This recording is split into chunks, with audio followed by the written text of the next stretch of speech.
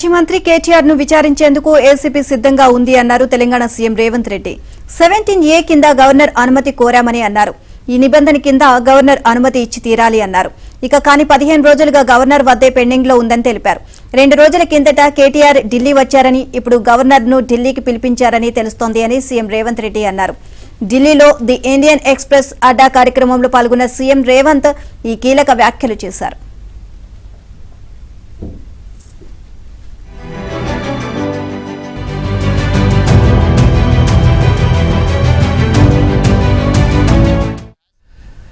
Governor అనుమతి రాకుండా ఈ రేస్ స్కామ్ నుంచి తప్పించుకునేందుకే కేటీఆర్ ఢిల్లీ వచ్చారని సీఎం రేవంత్ ఆరోపించారు. దాంతో బీజేపీ బీఆర్ఎస్ చీకటి బంధం బయటపడుతుందన్నారు.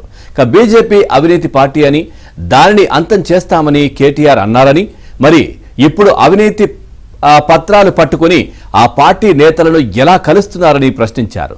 అధికారంలో ఉన్నప్పుడు కేటీఆర్ చేసిన అవినీతిపై విచారణ మొదలైందని, దానికి జవాబు చెప్పకుండా ఎదురుదాడి చేయాలని అనుకుంటున్నారని విమర్శించారు.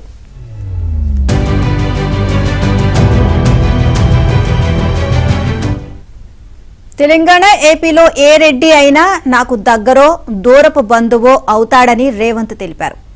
సృజన్ రెడ్డి బీఆర్ఎస్ మాజీ ఎమ్మెల్యే ఉపేందర్ రెడ్డి అల్లుడే అన్నారు. సృజన్ రెడ్డికి బీఆర్ఎస్ ప్రభుత్వం వేల కోట్ల రూపాయల ప్రాజెక్టులు ఇచ్చిందని, దీనికి ఆధారాలన్నీ ఉన్నాయి అన్నారు. ఆయన కుటుంబం దోచుకున్న విషయంపై చర్చ జరగకుండా ఉండడానికి తనపై ఆరోపణలు చేస్తున్నారని వివరించారు.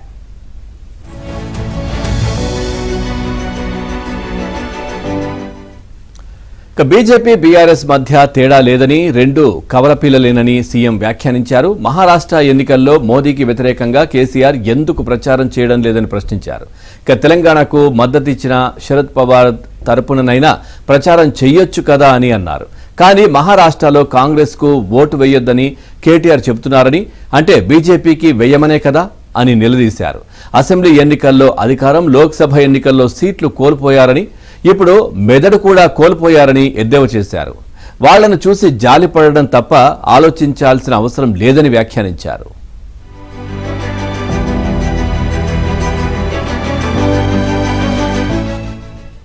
చంద్రబాబు నాయుడు, నితీష్ కుమార్ తలుచుకుంటే నరేంద్ర మోదీ ప్రభుత్వం ఒక్క ఏడాది కూడా అధికారంలో కొనసాగదని సీఎం రేవంత్ వ్యాఖ్యానించారు. అప్పుడు కాంగ్రెస్ తిరిగి అధికారంలోకి వచ్చే అవకాశం ఉంది అని ఆశాభావాన్ని వ్యక్తం చేశారు. ఎన్నికల ప్రచారంలో 400 సీట్లు తెస్తానని మోదీ చెప్పుకున్నారని, ఆ సంఖ్యను తాము 240కి తగ్గించగలిగాము అని చెప్పారు. బీజేపీ ఓడిపోయిందని తాను చెప్పడం లేదని, కానీ మోదీ ఓడిపోయారని అన్నారు. ప్రతి అంశానికి మోదీకి ఘనత ఆపాదిస్తూ ప్రచారం చేయడమే ఇందుకు కారణమని అన్నారు. మోదీ గ్యారంటీ వారంటీ పూర్తయిందని, ఇప్పుడు ప్రభుత్వం చంద్రబాబు, నితీష్ కుమార్ అండతో నడుస్తుందని, కొద్దిగా తేడా వస్తే సంగతి అంతేనని వ్యాఖ్యానించారు.